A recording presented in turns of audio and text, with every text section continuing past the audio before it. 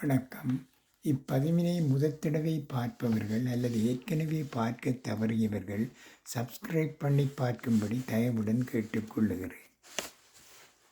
அறிந்து கொள்வோம். பழமொழி: ஆ நீக்கி ஒரு காலம் வந்தால் பூ நீக்கி ஒரு காலம் வரும். இந்த பழமொழி ஆனைக்கு ஒரு காலம் வந்தால் பூனைக்கு ஒரு காலம் வரும் என்று மருவி கூறப்படுகிறது. அதாவது ஆ என்றால் பசு என்றும் ஆவினம் என்றால் பசு கூட்டம் என்றும் பொருள்படும்.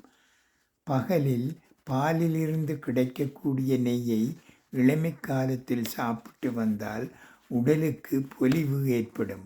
அதேபோல் பூ நெய் என்றால் பூவினால் கிடைக்கும் தேன்.